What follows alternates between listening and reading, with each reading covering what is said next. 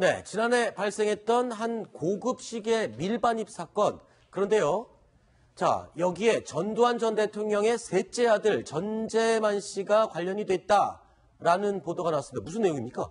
예, 유흥업소 출신 여성에게 네. 바쉐론 콘스탄틴이라는 아주 고가의 뭐 4천만 원 정도 한다는데요. 얼마요? 4천만 원. 네. 예.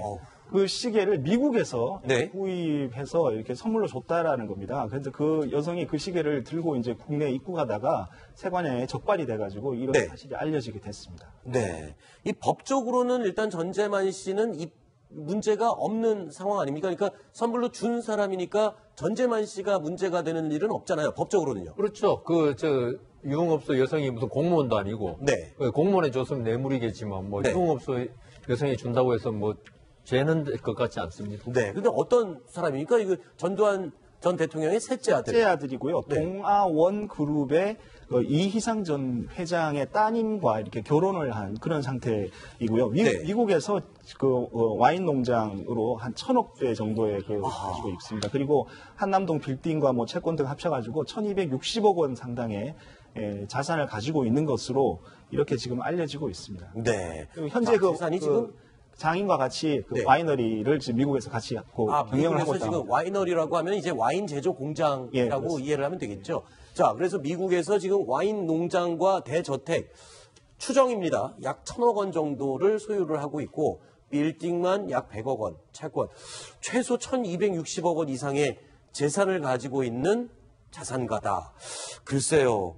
자, 당시에요. A씨를 적발했던 그 여성을 적발했던 세관 관계자에게 그때 당시 상황이 어땠었는지 인터뷰를 해봤습니다. 들어보시죠. 처음에는 다른 사람으로 부인하다가 나중에 시인을 했습니다. 어떤 사람이 했다면 특정해서 그 사람의 신원을 밝혀줘야 되잖아요. 그런 것이 투명하지 않았던 거죠. 그래서 이제 압수수색까지 하면서 이제 압박을 하니까 이름이 나온 거죠. 공무원한 사람은 전혀 여기 방법 위반 사항이 없죠. 불법적인 거래가 아닌 이상 선물로 인정되면 행위에 대한 처벌만 가해지는 거니까요. 별로 종결이 되죠. 자, 전두환 전 대통령의 셋째 아들이 저렇게 많은 돈을 가지고 있다. 글쎄요, 전두환 전 대통령이 누굽니까? 통장에 29만 원밖에 없다며 추징금을 낼 수 없다라고 했던 인물 아닙니까?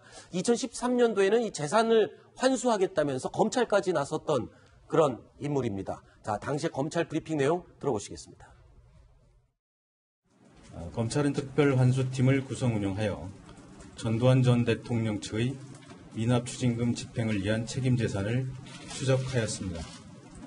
그 결과 책임 재산 총 1,703억 원 상당을 확보하였습니다. 향후 증거 관계와 책임 정도, 자진 납부한 점 등 여러 정상을 감안하여 처리할 예정입니다.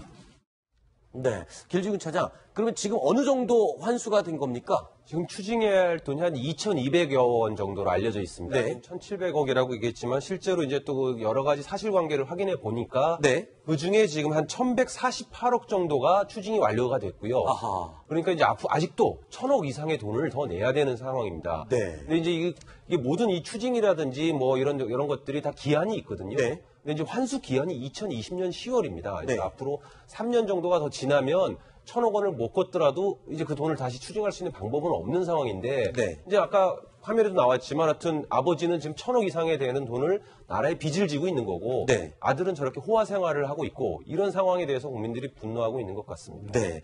당시에요. 전두환 전 대통령의 첫째 아들이죠. 네, 전재국 씨가 완납까지 최선을 다하겠다라면서 인터뷰도 했었습니다. 그때 당시 내용 들어보시죠. 주요 납부 재산 목록은 다음과 같습니다. 전재국 명의의 서울 서초동 소재 부동산 일체와 연천군 소재 허브빌리지 부동산 일체, 소장 미술품, 완납이 되는 순간까지 저희 가족 모두가 힘을 합쳐서 최선을 다해서 협력해드리겠다는 그런 취지의 말씀을 드렸습니다. 자, 이런 가운데 둘째 아들이죠. 전재용 씨 같은 경우는 지금 이제 추징금을 갚기 위해서 교도소에 있어요. 거기서 지금 노역을 하고 있는데 봉투 붙이는 노역도 하고요. 여러 가지 노역을 한다고 합니다만 황제 노역 논란이 있지 않습니까? 예. 이 일당이 일반 보통 다른 사람들과는 비교도 안 되게 많이 받잖아요. 일당이 이제 400만 원이고요. 그 일당 400만 원이요. 벌금을 40억을 선고받았는데 네. 그것을 이제 2년 8개월의 노역 기간에 걸쳐서 일당 400만 원을 해서 그것을 다 갚아라. 네. 이렇게 이제 선고가 내려져가지고 이제 그에 따라서 이제 노역을 하고 있는 겁니다. 네.